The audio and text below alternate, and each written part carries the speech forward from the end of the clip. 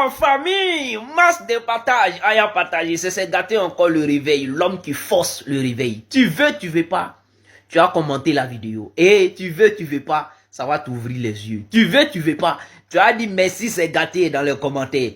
Très cher ami, on regarde la vidéo. Hey, les papos sont lourds. On regarde. En réalité, l'Afrique achète énormément d'importations venant d'Europe et principalement aussi de France.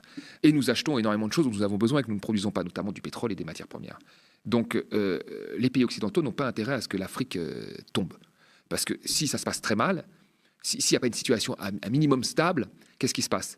Bon, ben, on risque d'avoir moins de matières premières dont on a besoin, et en échange, on risque de moins leur vendre de choses. Donc il faut maintenir dans une situation, on va dire, intermédiaire, l'Afrique, qu'elle soit suffisamment riche pour nous acheter nos biens, et suffisamment stable pour qu'on puisse lui acheter les biens dont on a besoin, dont on a vraiment besoin, l'énergie et les matières premières.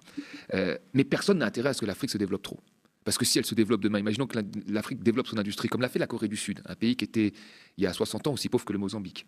Si demain elle se met à fabriquer des voitures, si demain elle se met à raffiner son pétrole, si demain elle se met à produire, à transformer, à faire de l'agriculture et transformer ses produits agricoles, ben, elle ne va plus acheter nos importations. Et donc on n'a pas intérêt à cette situation. On n'a pas intérêt.